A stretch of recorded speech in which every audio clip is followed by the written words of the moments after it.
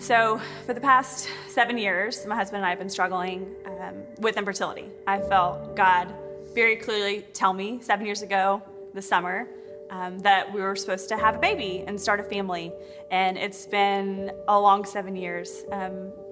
God has taken us on sort of this roller coaster. In the middle of it, we adopted our 2 kids from Ethiopia, which is another beautiful part of our story. But the hurt and the longing to carry life inside my womb has never left.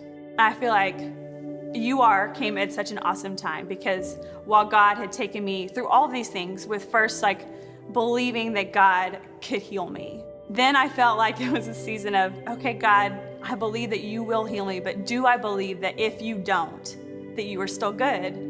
Yes, God, I do. And in the middle of this, it's all this crisis of faith and just really wanting to hope. Hope wasn't always this happy thing. One of my friends said recently, hope sometimes is like a 4-letter word. It's not a good 4-letter word. It's not always easy to hope. I go to a lot of conferences and women's retreats, and I thrive on that just setting of worship and being with other women and hearing teaching, but there was something that was so different about After Friday night, came back Saturday morning, coffee in hand, ready to worship, and again, it was just such a sweet Spirit of the Lord that was in that room. And you know those moments where you're your heart is beating really fast and you're like, okay, I know there's something I'm holding on to, and I don't know how to verbalize it, and I don't know really what it is, but I know that there is something that's bringing me down. So I'm just going to take a step of faith. And I really feel like I had such a moment, one of those moments really with the Holy Spirit, that you're like, I will never forget this. This is one of the spiritual markers in my life that I know that I can always go back to and remember, this is what God said.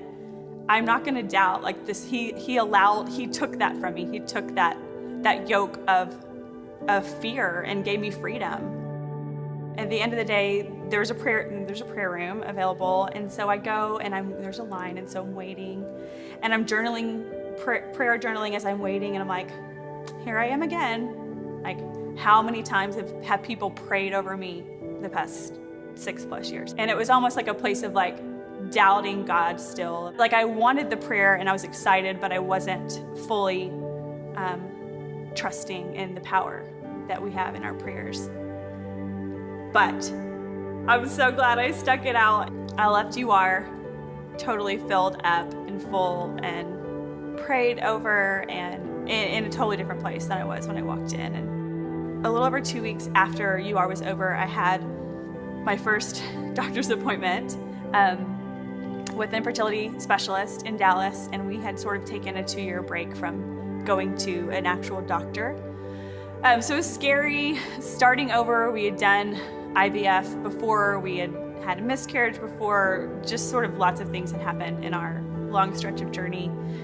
And that was in February, and now here we are in the summer, and it's so exciting that we're expecting and have a life growing inside of me. And I don't think that not that I don't believe it. It's real. I feel it. I feel all the things, but it's just so surreal that after so long, the Lord has given us this beautiful gift. And I think it's something that I'll be processing for a long time. And it's different, but it's the same. It's still every single day choosing to walk in faith. And when those moments of fear come up, just remembering who God is and what He said and what He's done. And I'm hopeful and expectant that at the end of this, I'll get to meet my real life baby, but knowing that no matter what happens, that God, He's faithful and He'll be with me no matter what. And I can trust that and trust Him. And in the meantime, just praying every single day that He would sustain this life, and knowing that